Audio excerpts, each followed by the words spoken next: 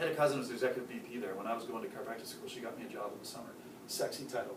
I was the assistant sales merchandising manager for Frito-Lay Canada. That and a Subway token to get you free ride in the Subway, right? I was Joe Friday. I did all the stuff that the VPs and stuff didn't want to do. I cleaned up messes, blah, blah, blah.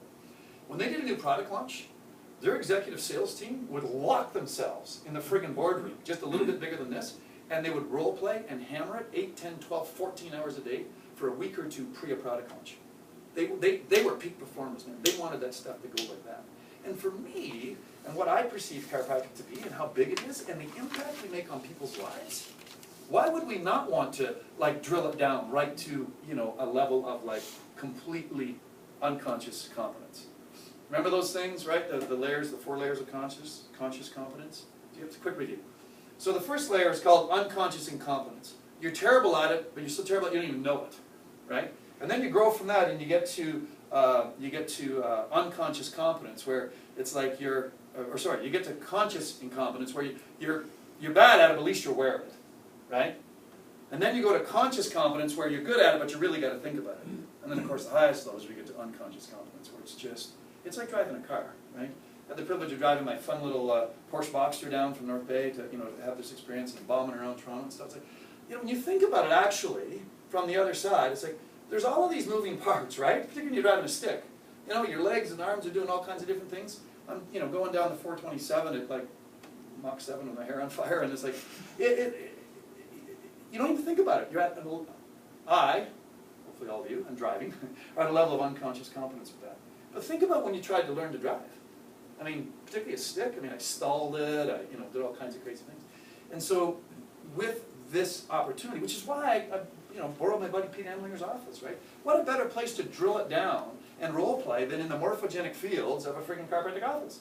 I think it's better location-wise than even going to like an airport strip hotel. Because you got all the energy of this. We're going to be like literally in the breakout rooms. We're going to be, not in a breakout room, we're going to be in a freaking chiropractic adjusting room, right? Being able to just, you know, drill it down and do the pieces. Everybody get that? Right? Okay, cool. So I want to just create context for the whole full circle model, just so you understand. We've got 4 pillars to our programs. I've been using this for almost 19 years. I've looked for a better model. I haven't found one. If I do, I'll change it. For now, it fits. It starts with vision, then we go into focus, we go into systems, and then we go into team. It's literally, I'm going to describe this linearly. There's no such thing in our world as linear. It's a holographic model. Okay? But for the sake of trying to explain it, we're going to, you know, break it down into basically a linear construct. Okay, so let's start with vision, and that's where to date we've always started with people. Your vision for your life and your business is, in my opinion, authentic and intrinsic to you. Okay? I contend that all of us are patchwork quilts of every influencer we've ever had in our lives. Preachers, teachers, parents, colleagues, you know, whoever those people of influence are in our lives, we've brought in all of this information, and there's nothing wrong with that information. For me, when I came to a higher level of awareness, I realized that not everything that had been downloaded onto me was necessarily something that was congruent with who I really was. It was something I thought, you listen to your language, you guys. If you've ever heard yourself, I need to do this, I ought to do this, I got to do this, I have to do that, I should do this. You know, I love that one. You end up shoulding all over yourself, right? You got to giggle, you guys. It doesn't get any better now, okay? Just stay with me, all right? So again, and from that place, I literally have been on a journey now for almost 30 years to reflect on what is it that's authentic for me. Computer analogy. You get a brand new Mac laptop, you've got an operating system, but it's a blank hard drive. Downloading software. All of those different people of influence have, you know, downloaded that software. Nothing wrong with that. What I offer is that by getting the opportunity to have that awareness and be able to look at your behavior and what belief might be underneath that is really where the magic happens. Because then you can realize there may be parts of your expression that aren't completely authentic to you, personally and or professionally.